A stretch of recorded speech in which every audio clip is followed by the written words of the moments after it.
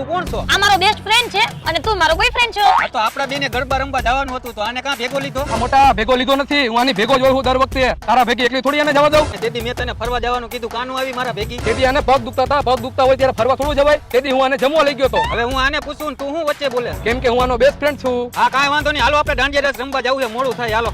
એટલે આપણે દાંડિયા રસ રમવા જઈએ, આભળવા નહીં. તારા બોયફ્રેન્ડ જો ને વાઈટ જબો પહેર્યો હોય. શું બોલ્યો શું બોલ્યો? કાંઈ નહીં, આપણે મોડું થાય હાલો. અરે આપ તો ગરબા રમવાની ફૂલ મોજ આવી ગઈ હો. જો તો મારો મેકઅપ નથી થઈ ગયો. ના ના એમને મત છે, કાંઈ વિખાણો નથી મેકઅપ હજી. હલે તું આનો મેકઅપ જોવા વાળો કોણ હે? એટલે ઘડિયા વડિયા મારે તને કહેવાનું, હું આનો બેસ્ટ ફ્રેન્ડ છું. હલે તું મારો મગજ નો ફેરવો. એક વાર તો મારી પાસે દાંડિયા નતા ને મને પાર્ટી પ્લોટમાં ગરવા નો દીધો અને તમે બે એકલા એકલા દાંડિયા રમ્યા 3 કલાક. આ તો ઘરેથી દાંડિયા લઈને આવાય અને આવા વાઈટ જબા પહેરીને ન આવાય. હાલો પપ પીઝા આવી ગયા, પીઝા ખાતા આવી. આ વરી કેવું બેસ્ટ ફ્રેન્ડ હે, કેવી સેવાયું કરે, દરવાજા ખોલી દે.